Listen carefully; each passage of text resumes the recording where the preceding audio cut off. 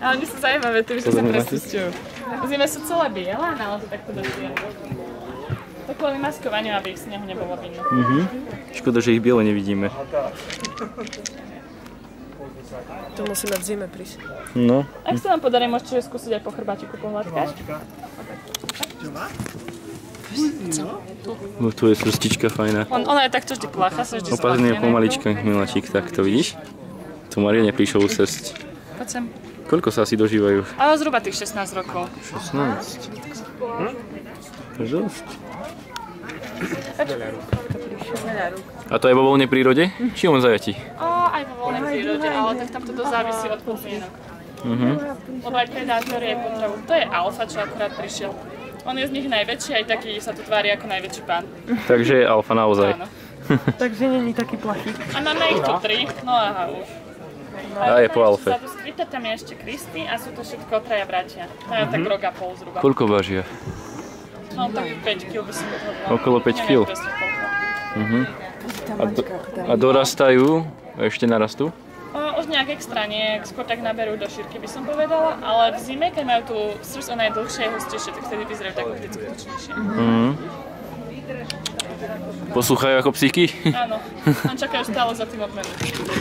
No, vieš, on by mal dostať odmenu. Sám nerob zle a nedám ti vám zle skočiť.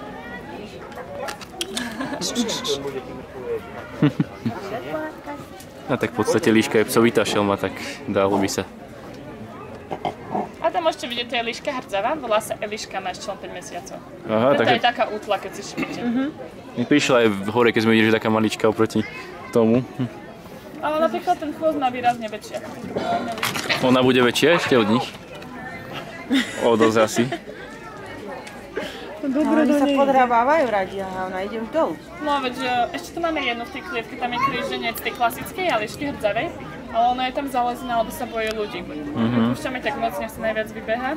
A ona nám dneska tak celé hento vyhrabala, že úplne všade bola hlína, čiže naozaj radi hľadám. Som si robila srandu, že sa chce vyhrabať von. Oni sa aj k slipkám ide podhrabať.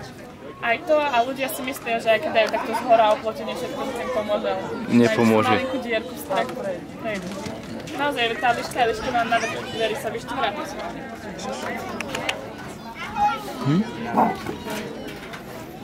By sa pustila do nej najradšej ako tak. Oni by spolu nemohli, však oni sa asi... Tým, že ona je dievčatko a oni chlapci a ešte aj dosť mladé, tak super lišky.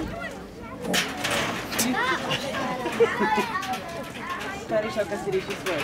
No, juchami, zaujímajú.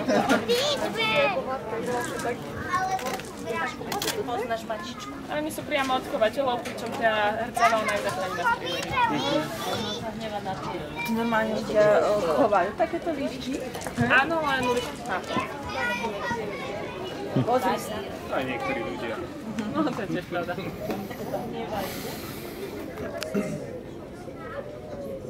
To má bielý pas.